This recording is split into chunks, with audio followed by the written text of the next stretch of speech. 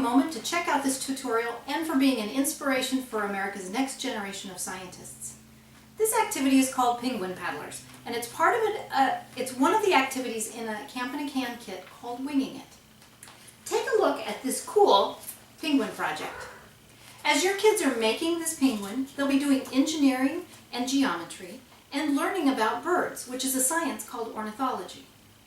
What you will need, you'll be able to find at craft, business, and home improvement supply stores, or you can click on the link below to get a complete Penguin Paddlers kit from this website. You'll need a piece of styrofoam, about 1/2 inch to 3/4 inch thick, 6 inches long, 4 inches wide, with a smaller rectangle cut out of the inside. The rectangle on the inside needs to be able to move freely.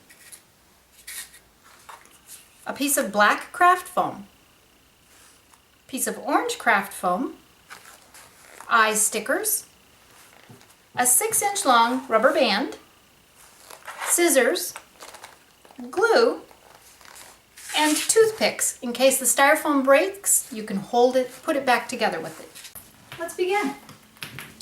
Start by taking those two rectangles that you've got there, and make sure that there's plenty of room for the smaller rectangle to move within the larger rectangle. Sometimes it works to just mash the sides of the smaller rectangle in, or you can cut them if you choose. Take the larger rectangle, we'll call this the top, and cut off the 2 top corners off of the big piece of styrofoam.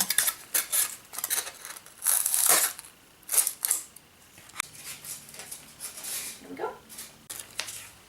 With the small black craft foam, cut 2 ovals. I like my ovals to be a little bit pointed.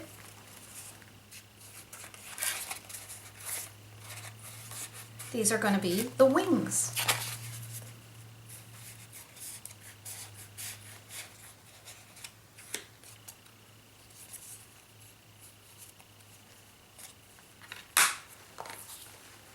And glue the wings onto the large rectangle. We'll set this aside.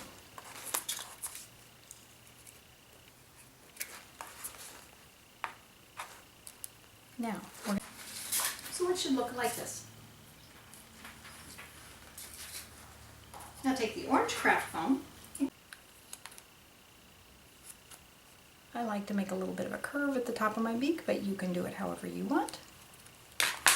And glue your beak onto your penguin. Eyes.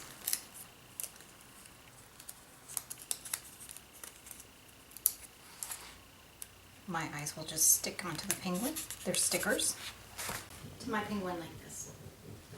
The last thing we're going to do is take that rubber band, and we want to divide it into 3 approximately equal sized sections by putting knots in it. There will be 2 knots. 1,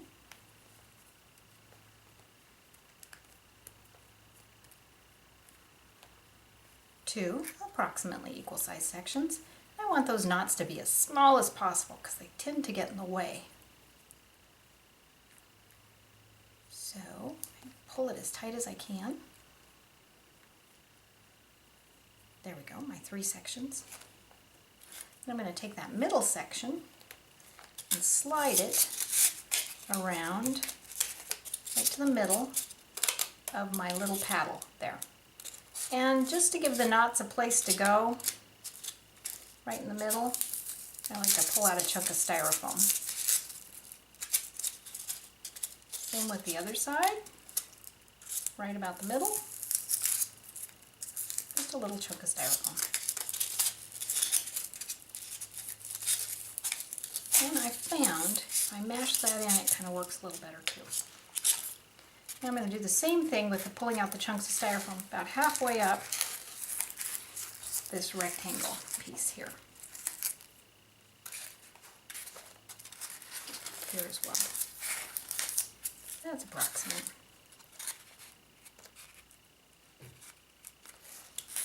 The last thing I need to do is take my two ends of the rubber band and slide them over the legs, or the pieces that stick out on the penguin. And slide it up to where I have those holes that I dug out in the styrofoam. So it's right there. Now what's really important is I want to make sure that that doesn't hit up there, so it means I'm too high.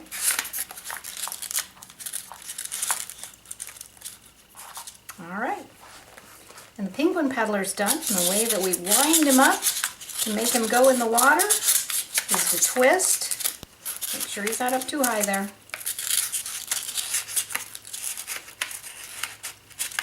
And then twist and twist and let go so he can go through the water. Thank you for joining me. I hope you'll be an inspiration for America's next generation of scientists and inspire an aha.